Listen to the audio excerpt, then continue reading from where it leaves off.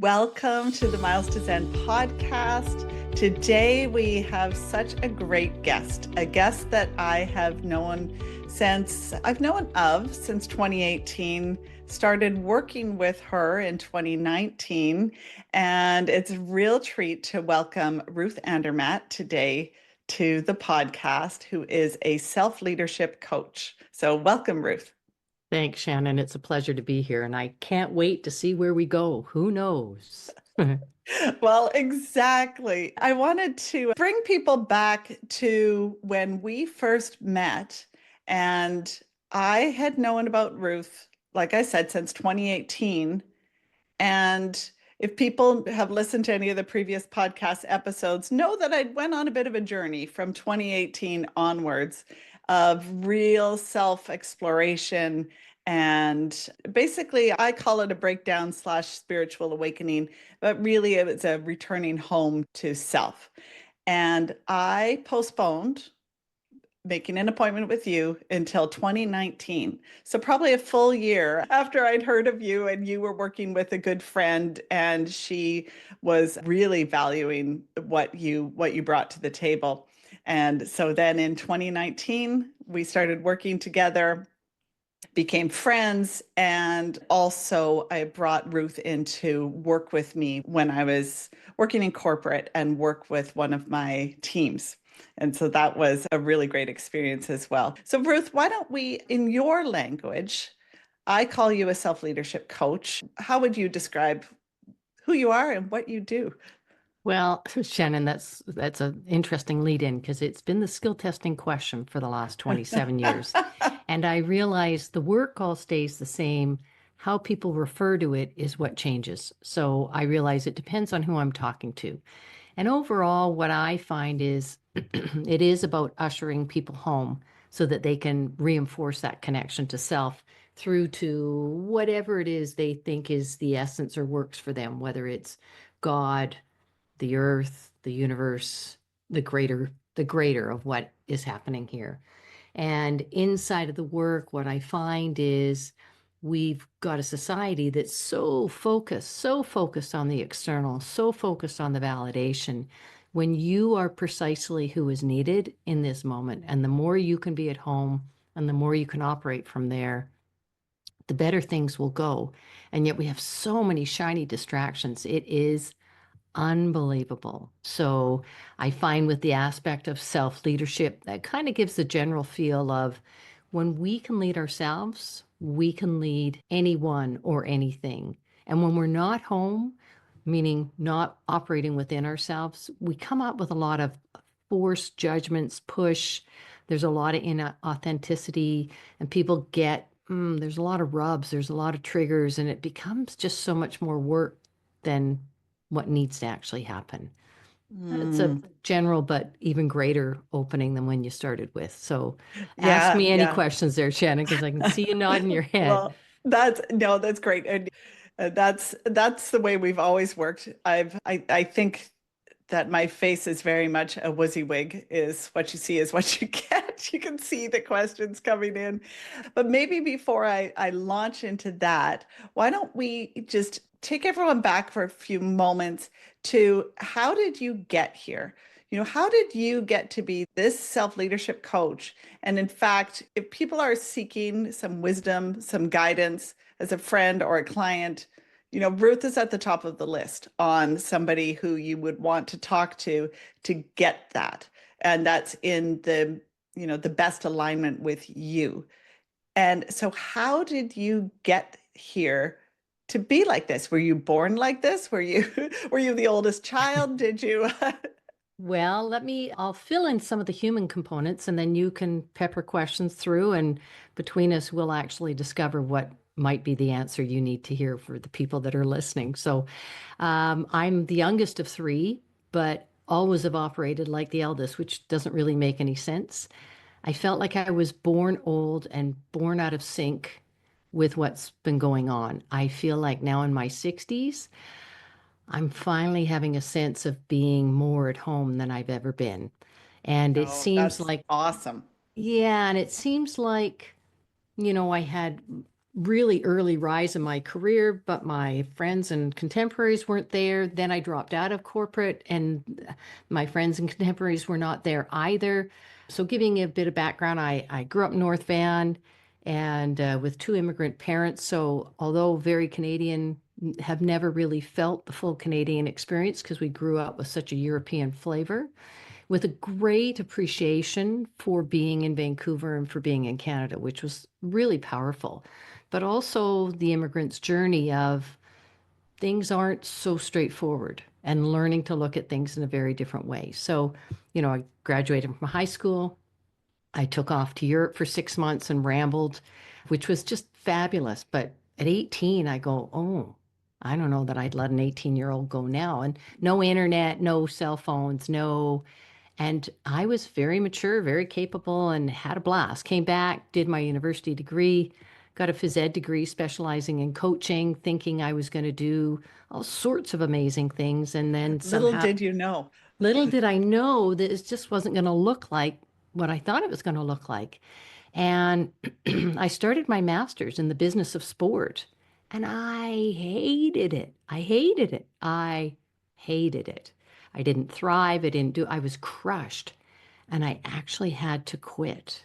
And it was the first time ever in my life I had to quit something. And I felt like I died a million deaths. It was so humiliating. It was so embarrassing. And then I went off and did a series of really weird jobs. And then I ended up at the spectacular job at Riverview. And for anybody that's from the province, they know that that was the mental institute for the entire province. And I worked at Valley View, which meant the patients had to be over 65. And I worked in the physio department. So not only were they over 65, they were brought in because of some mental health issues. And then they were brought to the physio department because they had physical ailments. And I tell you, so bang, bang, bang, here I am, 23, working at Riverview. And it was like one flew over the cuckoo's nest, like the big skeleton keys, big, keep your eyes open, don't. And depending on where everybody was in their medication cycle, you couldn't make assumptions. It, bar none, was the best training I've ever had for life. It was about meeting each person precisely where they are now, right now, not in half an hour. Don't read their file and figure it out. Be here right now. And I mean, I'll tell you another funny story. There was this brother sister duo that were in. They couldn't be within range because they would spit on one another, except they had Oh, no idea they were both deeply demented and couldn't carry on conversations, but they knew they hated one another. And it was just, you had isn't to, that interesting? it was wild. And there was another woman there whose mother had been there. They both ended up getting committed at the same age in life and sequence. And we're now talking, this is the early 80s, so even more limited understanding of the mental health process. And for me, what was fascinating was to really learn that aspect of connection and where people were, and to also not, uh, don't overestimate people or underestimate people. The one sister that came in, she'd be in this wheelchair and she could barely move her hand. Yeah. So I went to move the flap on the wheelchair so her foot could get out of the way. Well, she grabbed a handful of my hair. She had me on the floor. I was screaming because I was terrified and it hurt like the dickens. And the physio said to me, Ruth, I told you to keep your wits about you. It was like a handful of hair came out. This woman looked like Oh she my could God. barely move. And it's like, aha, don't underestimate anyone and meet them Oh, geez. precisely where they were. And then from there, for something completely different, I went to work at Xerox in direct sales. The funny thing about that is here it was 1984, and they were hiring MBA grads or competitive athletes. Well, I'd gone to UBC on a women's ice hockey scholarship, played lots of competitive sports at a provincial level. That's how I got in. What am I doing in direct sales? Like I came out of a phys ed degree. I flourished in the environment, spent a bunch of years there, and then went on to what was Cantel, which is now Rogers Communications. Did the sales training for Western Canada. Then I became a director of dealer sales. Then I became a director of operations. Ultimately, there I was in my early 30s, running a staff of 70, one of the only women as a director in the company, all men in their 50s reporting to me. and realizing, how am I going to do this? If I come across with what's the right thing, I had to meet each of them where they were and to be able to basically coach them. But no one talked about coaching in the 90s. Mhm. Coach them into bringing the best of them forward. And I just started going, I don't know what this looks like. I know what this feels like. Oh, and I thought back to, when you've had great coaches in all the sports that I did, or you've watched someone that was particularly good at what they did, they made it look really easy. Yeah. And I thought of my time at Xerox. In 5 years, I had 13 managers. So I had lots of examples of things that were not great. And I thought about what I didn't receive and what I would have really liked. And that became the cornerstone of how I created the way I would work with people and bring them forward and have them engaged in the process. And then there was a series of times while I was at Cantel, and a whole waft of things happened. A good friend had breast cancer while she was pregnant, and her husband had also just had cancer surgery. And I was in the delivery room helping with the delivery, not helping, I was supporting her in the arrival of this baby. A young man had a freak drowning accident at work. My mom had her first heart attack. It was A like lot going everywhere on. around me, something was going on. And I went, wow, my life is good, but it's not great. And I don't know what great looks like. Then continued on. I started working with what I call the spiritual guide to learn how to come home. We did lots of breath work, lots of energy work. And I came to this fork in the road where I had one of those backroom corporate discussions, and things were flying in my career. The optics looked phenomenal and the money it was great. But I was dying inside. I felt like I Mhm. was selling my soul to the devil. So I had this backroom conversation with someone that took me aside and said, Ruth, I can position you for a promotion, or we can punt you, like figure out a package here. And suddenly my hand went up and I said, package. And I went, Who, who's holding my hand up? How? Yeah. Yeah. And there I was, had a really beautiful departure. I was well looked after. And when I left, I went, I've never not known what I was going to do. Even when I went to Europe as an 18-year-old, I knew what day I was starting my summer job. Now I was gone for 6 months, but I knew what day. Mhm. I then had accepted a job to be a VP of executive search, a headhunter. When I when I'd laughed and was settled, and then I went, oh my goodness, this doesn't feel right. So I had to rescind my acceptance. And there and then was when life really started to open up, because I went, I've never not had a safety net. Right. And that was the beginning of all of these openings of what's available here, what's available here, how do I want to show up here? And I then went off and got trained in Reiki, which is an energy work, and I was offering that. And over here, I had a business coaching practice. And over the years, I found they started to meld together, where it was making sure the intuition was turned on, tuned in, the intellect was certainly open and on fire, and bringing them together so that they were united. And that's where I realized when people can show up in their full wisdom. And that's where I came to this point of doing the coaching, because I realized most people don't have a safe place to explore.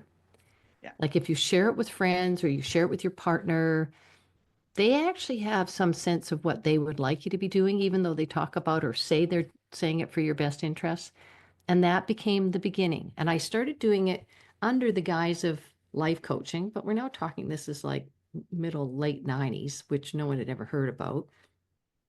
And I came to a point where I just didn't really lean into that term, because I thought, that's one, it's limiting, and two, that there was a level of arrogance for me in there that I didn't connect with that term. And with no disrespect for the people that are doing that as their practice, I came into this place of not wanting anything to do with corporate or companies, went off, did that piece, and I found myself making my way back because I realize so many leaders of today need that support, and the Yeah. support and understanding what does it take to believe in themselves. Because when we have a leader that believes in himself, herself, themselves, the ripple is beautiful. It just Mhm. goes out and people can take it or leave it or ride it, whatever works for them. And, we've seen a lot with COVID with how much there is of uncertainty, but we're holding on so tight to what we think it should be or needs to be. And the more we can open to what could it be or what would we like to bring it in, that's where we need the self leaders to step in and actually hold the space and be willing to actually take a breath before there's the quick jump in with an answer or direction of sorts. I know that's a much Yeah. longer answer than I'm looking at the clock going, uh-oh, careful. That's okay. I always like people to share their journey and where they got to today. Like the person who's sitting in front of us today and where she was and how she got there, because these journeys, I think, inform us so much Oh, that there are so many different ways to get from A to B to Z. And there's not that whole idea of a linear path is it's just non-existent, well, but and it's super limiting. it's super limiting. Yep. And also that I think it gives others a real sense of relief when you hear the zigzaggy nature of people's journey and also, what beautiful things they've picked up on their journey that then impacts today. And one of my favorite, I think it was a podcast interview or something with Elizabeth Gilbert, and she talked about people were either like hummingbirds or sledgehammers. And she had always talked about following your passion. And because for her, it was really obvious. Her passion was writing. She was, she'd known she wanted to be a writer since she was 5 years old, and just everyone could have a passion, follow your passion and do X, Y, and Z, and you'll be great. But then what she didn't realize is she was making a whole group of people just feel like shit, excuse the language, because they didn't have a passion. They didn't know how to access a passion. And she realized when push came to shove that who did she want to go to for advice? When things got really crazy in her world, who did she go to? Well, she went to those people who'd had a lot of different life experiences and would take something from each experience and essentially pollinate the rest of their journey and be able to be so helpful. When stuff hits the fan, you're not going to call a sledgehammer. You're going to call a hummingbird. And although I think so many of us, me included, look for, oh, what's my passion? And I need to have a passion and translate that into what's my purpose. But along the way, these hummingbirds who are essentially following their curiosity end up having this beautiful journey that helps so much, but also en route, they could just find their passion, so to speak. And I always found that a beautiful story. And just look at what happened for you at 23 in that institution, what you picked up there Oh, that it has still gives me served you chills. so Yeah. well. It's just incredible. And if anyone had told you at that moment you would be applying those learnings to what you do today, you would have been like, what are you talking about? Well, I can still feel my hair being snagged by this woman. Like those moments of the physicalness, you can be told all you want. You've got a teenager, you can tell him all you want, and still, unless he's had the experience, and like most of us humans, we don't really anchor into it until we've had the experience. And my observation of all of this is we've got lots of experts around. It's the authority I want to work with. The authority is the one who's actually gone through it. That's the one that's tripped. That's the one that's done all those things. And you look at it and go, I used to always use this analogy, skiing, whether it was water skiing or snow skiing. If you're not falling, you're not pushing the envelope. You don't have to. You don't have to, mind you. But if you're actually wanting to see where you can go, you do need to push a few of the limits. So there's thresholds for people and not everybody's up for it. And like you say, passion can be just in enjoying that cup of coffee or exchanging smiles with someone on the road. It doesn't have to be this massive, oh, I am da da da da. Yeah. It becomes convoluted when we give it too much power. It's in that real moment that we have an exchange of one another. And And, you and I have chatted about this before when we did the workshop with your team. I mean, the ultimate is people want to be seen and heard. Yeah. Whether it's the cat wanting to be in front of the camera or it's your son, we all need to be seen and heard. And we have so many distractions today, so many distractions. It is really hard to be seen and heard. Well, and oh, go ahead. Well, and realizing I need to make sure for me, and this is a big point of what I work with lots of clients, we need to do that first. We need to do it for ourselves. And when we go Yeah. looking for it, that's where the gap begins. So when I'm anxious that I'm not getting seen or I need to come home and say, where can I see me? And when I see me, then I'm able to see others and the energy builds. But when it's not from a place of fear and not from a place of anxiety, it has the makings. But when there's that fear, it's like trying to build a fire with wet Oh, wood. It's a lot of yeah. work. It's a lot of Yeah, work. exactly. And I think back to when we first started our coaching together, one of the things you'd asked me to do was listen to the session. Well, I mean, it's hilarious that I'm doing a podcast today and now I'm listening to myself all the time. But at that point, that was cringe city. I did not want to listen to my voice. I I just had this whole idea of what I sounded like, what I was saying. It was just like I wasn't actually seeing myself. I was seeing my worst fears of myself instead. And so that session, those sessions early on, I always thought of them as sort of ripping out the foundation and building a new one, but also coming at me with a mirror. So I listened to that first recording and I thought, oh, this actually isn't so bad. And although I didn't like the sound of my voice in that recording, I thought, I sound like my cousin. And I think my cousin is amazing. I love her. I think she's one of the most incredible humans. How can I not like that voice if that voice is someone I love so much? Yeah. And the more you come home, the more you realize you are precisely who is needed. You're the person in this moment. You have so much wisdom in you. Like for me, when I get to do this coaching, I feel so honored because it's not about me giving advice. It's not about me directing. It's about me shining the light for you to see the magnificence within you. And I may prompt you. Sometimes I have to push pretty hard. And I'm up for that. I'm not the feel good, happy slappy kind of coach. I'm there when someone wants to make clear breakthroughs, and sometimes the breakthrough requires a little push or, compassion to find your way through that.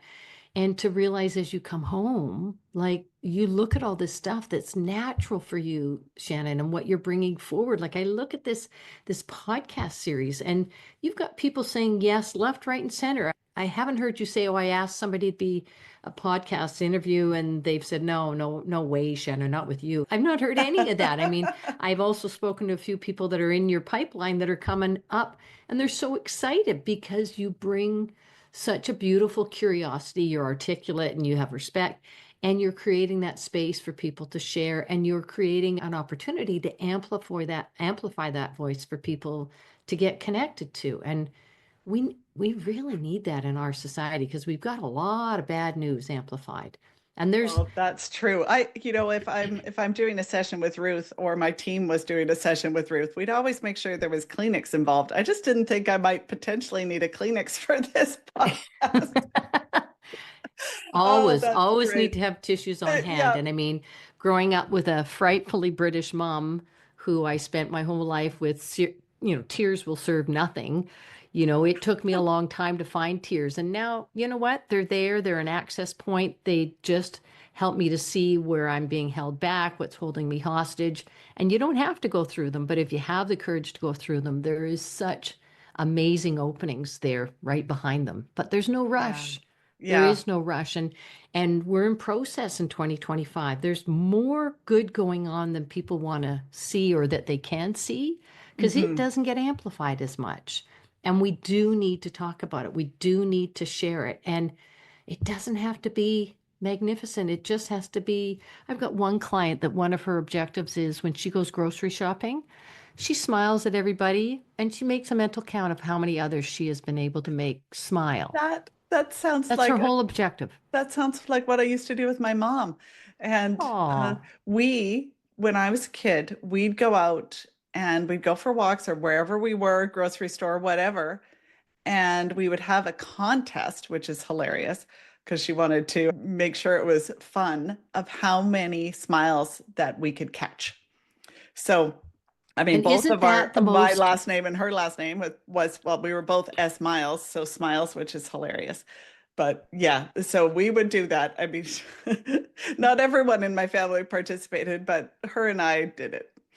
And what you did was you rippled it out, and it's take it or leave it. You weren't projecting it going, oh, that guy didn't even smile at me. You shared it, take it or leave it. That, when it's just offered, it's Yeah. just offered. And that human kindness is just that simple without an objective to it. Yeah, and it can be a bit tough. And I know this is a bit of a sideline, but I'm going to tell the story anyways because you're Swiss, you're half Swiss, and you'll appreciate it. In that, in Vancouver, for anyone who's new to Vancouver, it can be hard to make friends. And often, if you smile at people, some people will look at you like you've totally lost the plot. And, and in Switzerland, it's very much the same thing. Very I formal. would Yeah. regularly smile at people and say hello. And it was 3.5 years before someone said hello to me first, smiled and said hello to me first. Because I was very aware with it. You don't walk through my childhood with my mother and not be aware of somebody interacting with you or not. And it was a monk. And he was on my route on my route to school when I'd gone back to school in Switzerland, and this guy, I remember being completely floored that he smiled and said hello first because that is just unheard of for my experience at that point in Switzerland. And then I ran into him at the 5 year mark and I stopped him on the street. And I guess his face was burned in my brain after being the first person to say hi and smile first, that I stopped him and told him that he had been the first person to do that and what an impact that had had on me. And he was so thrilled. Yeah, it was just a nice moment. But then there was another woman that I lived outside of Geneva for a little while. Well, for about 3 years, actually, in a little town called Jean. So Gins. It had about 800 people and about 2,000 cows. And I was there between 23 and 26. I don't know what I was doing there, but I was living Age there. of 23, not Yeah, age 2023. of Yeah. 23. Yeah. Okay. I was an étranger for sure, a stranger for sure. And I would have this woman, every time I saw her, she would glare at me across the parking lot. And she just had this look like, oh, you stranger, what are you doing in this village? And so I would, in my best bakery lady sing-songy voice, I would say, Bonjour, madame, every time I saw her. And Killing her with and kindness. Yep. oh, gradually, it did take 3 years, but gradually she went from this small little wave to a smaller, like slightly bigger wave.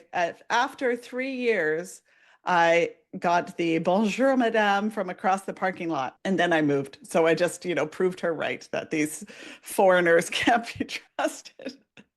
But Wow. yeah, so just that thought of that total segue in the conversation. So maybe moving back to today, and what are you seeing out there with your clients? Like you said that there's a lot going on right now.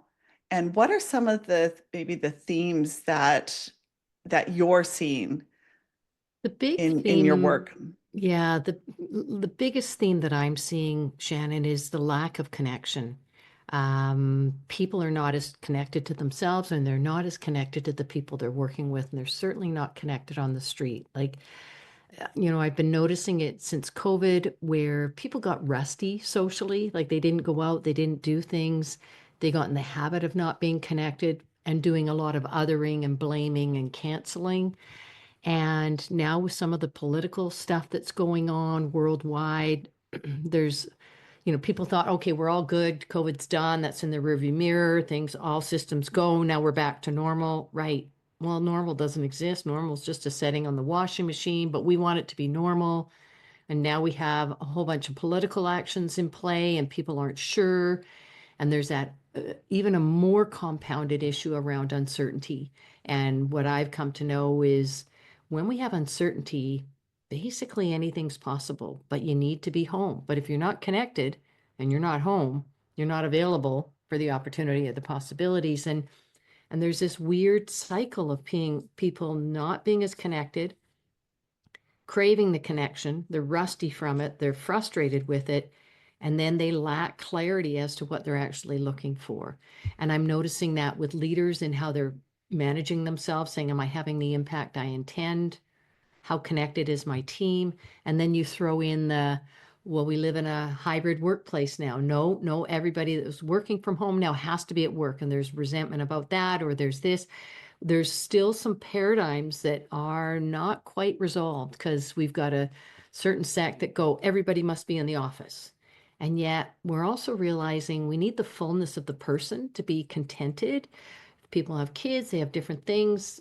I found a lot with people as they were working at home through COVID, they tend to overwork, right? They Mm. weren't commuting, they weren't, but I also know those people that were working from home ate better, their dogs were looked after, they could do their laundry in between calls and actually have more of the weekend.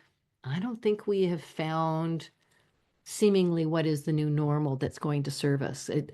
It's like a new frontier, and people want to just have it. They're attached to if we could just make it be. And it's like, I feel like I go back to my lifeguarding days and, you're teaching swimming lessons on the pool deck and you can only learn to swim for so long. You've got to get in the pool and let go of the side and go out. Well, we don't want to let go of the side because there's too many big waves coming, we think, and Mhm. learning to actually trust ourselves and be resourceful.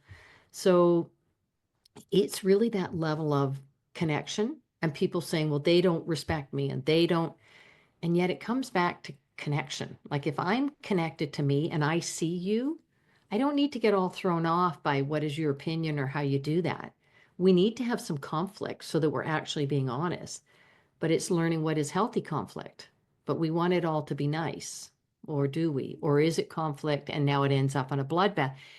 There's a lot of swinging of the pendulum. Nothing's part way. So there's an intensity that's occurring. Like people talk about, driving, and I deal with clients all over the world. So it's not just a Vancouver thing. People are feeling that impatience and short fuses. It really, people need to take care of themselves these days. And that's everything from eating, sleeping, getting exercise, and not taking things personally, but actually being connected with how they operate. And so, cornerstone to all of it is connection. And what does that look like to you? And what does it feel like? And we all have different senses of that.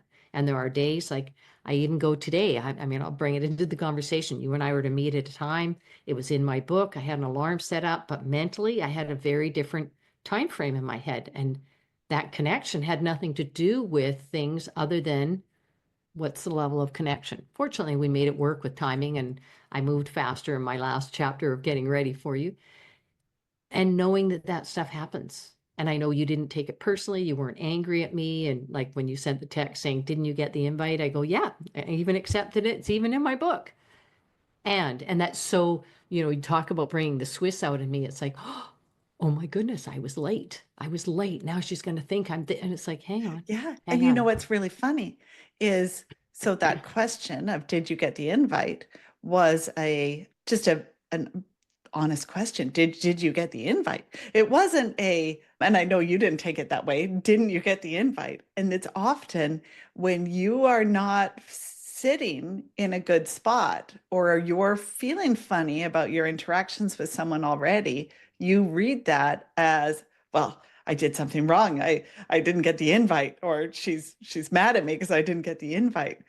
But when you're feeling like I said in my previous podcast, tuned in, tapped on, turned on, something like that, Yep. you're okay.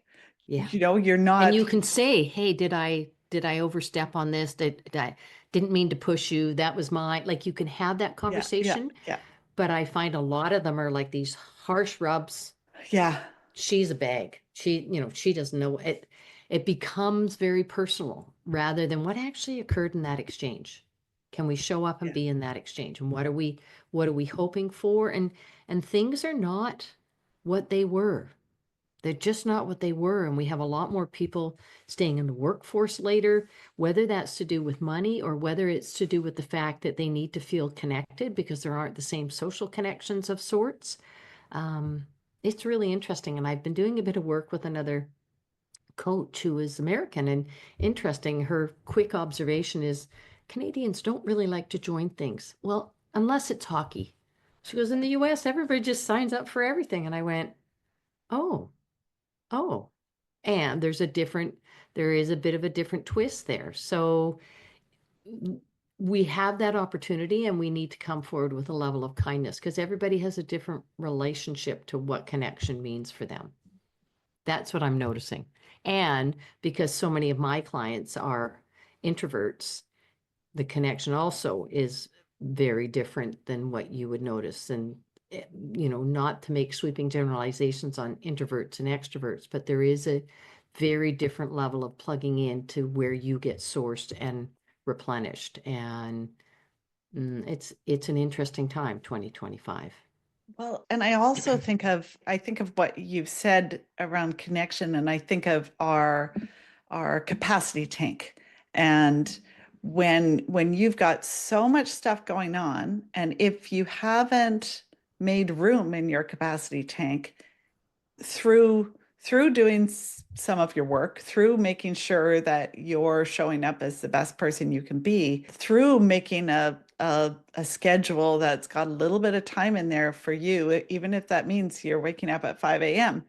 It's hard to have enough room in your capacity tank to allow for those hits to come in and not throw you completely off. And if you've got a lot of room in that capacity tank, something hits, you're okay. But if you are maxed out, um, then you've got no room to deal with any of that stuff. And I see in workplaces or driving, there's some Yeah. people that don't have a lot of room.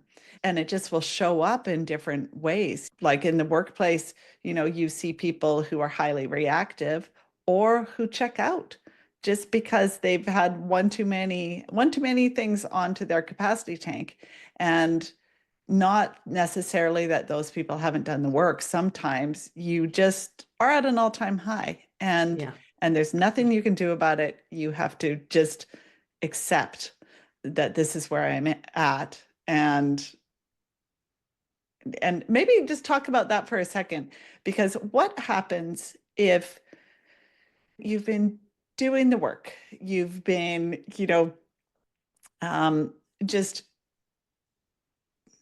freeing yourself from the emotional baggage that you may or may not have carried with you throughout your life, and you're still being bombarded with things and you still feel you don't have the capacity. I think I quite frankly think of so many people who are parents, who have aging parents, who have young kids, who have aging parents and have a full-time job, and you can do work till the cows come home, and that's not going to change any of that. So you just don't have that capacity. Any thoughts on what people could do who are in that situation? Yeah. And we have a lot of people in that situation. And it's the emotional burden is extraordinary. And yet it's a huge gift. And we miss the gift of it because we fill it in a lot with, well, I should, and it better be, Mm, and it's supposed to look like this. And that's where we have the opportunity to make adjustments, right? When we're uncompromising in how it's meant to be and actually being able to be present in that moment and go, what what is it? What is it that's needed? And usually it's just being still in that moment with your teenager or with the senior, your parents or whoever that might be. And yet we get caught in our entire to-do list. And there are some yeah. things that are critical, but there's a lot of negotiables. But we put everything on there as a non-negotiable. Well, that reminds me of something that you told me. Back when we first started working together, I was feeling quite stressed going to my parents because there was so much stuff that needed to happen. They're socially acceptable hoarders. And there was so much stuff. And you had told me, like, don't worry about the stuff. Don't worry about cleaning the attic. Don't worry about doing any of that. You've got this time with your parents now and enjoy that time. There will be time later where, you'll have to deal with this stuff at some point, but enjoy your parents where you're at right now. And that was a choice that then liberated a fair amount of my capacity, in fact, just because I chose that perspective through some help from you. And then I was like, okay, I'm not gonna worry about this attic until I have to. Right now, I'm going to choose to be present with my parents. Yeah. And the Yeah. attic, And let me tell you, it came. but well, but and I'm glad I chose that time then to actually be present because you don't know what's coming. and time is really extraordinary. 2 minutes real with your parents compared to 20 minutes where you're fractured. There's a whole Mm. bunch of places, and we know what it feels like, but then we also get distracted, right? And and this place of understanding, we we want to live this life that we think we want to live, and yet it does happen one breath at a time. And I talk to so many of the people that go, oh, I need a week in Hawaii, or I need a spa.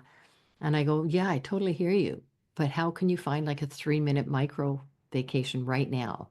So Yeah. is that going and washing your hands? Is it laying on the floor and putting your feet in the air and shaking your legs, changing up the energy, knowing that if you wait for that spa week, you might get it, but how far down are you going to go? And it's never as much to shift the energy. Like you've got this cat that will walk across the screen and you go, right, soda, soda.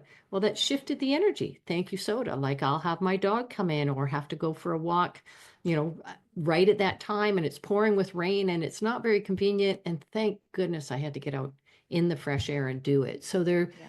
finding what are these moments that we can create and actually be there. And, with the nature of the dog I've got, the ambassador of joy, he greets everyone. So I can't rush. I've had to really learn to be present. We were going to go do volunteer work. And then I went, why am I doing that? He does his work every day. And I patiently wait at the end of the leash and he'll cuddle with various people that are walking by. And it's like, those are the moments. Those are the moments where life takes place and we come home. But and initially I would sit at the end of the leash, not sit, I'd stand at the end of the leash, tick tock, come on, we got a place to go, things to do, come on, come on, come on. It's like, Yeah. and he goes even slower. It's Oh, isn't like, that beautiful? Well, funnily enough, I wanted to wrap up our conversation today with asking you for a few of your words of wisdom. And I think you just did it, in oh, fact. But if you have any other words of wisdom you'd like to share with our listeners before we wrap up, and I think Ruth will have to do this again because I think we've got so many other things that I've found so helpful. And I hope our listeners will also find helpful that we can continue to explore. well, it's been a blast. And next time I'll make sure I have a seatbelt on because I have a feeling we'll go even faster. And the words of wisdom I will share is allow yourself to be propelled with the curiosity and to know that you are worth it. Whatever that means, you are worth it. And allow yourself to show up inside of that and explore and ask for what you'd like or what you need and know that life is not a race. Oh, So, that's beautiful. You are worth it. yeah, Thanks. Thank you, Ruth, so much for being on the podcast today. I loved our conversation. me too. Thanks. I thoroughly appreciated our time together. Thanks, Shannon. I had no idea where it was going to go, but I loved it all the same. So Oh, we'll see you again soon. And until totally. next time, thank you so much for listening. If you'd like to contact Ruth, her details are in the show notes below. And if you enjoyed this episode, please like, subscribe, follow, leave comments, reviews. This will help more people access these inspiring guests and inspirational stories. So thank you so much, and see you next time.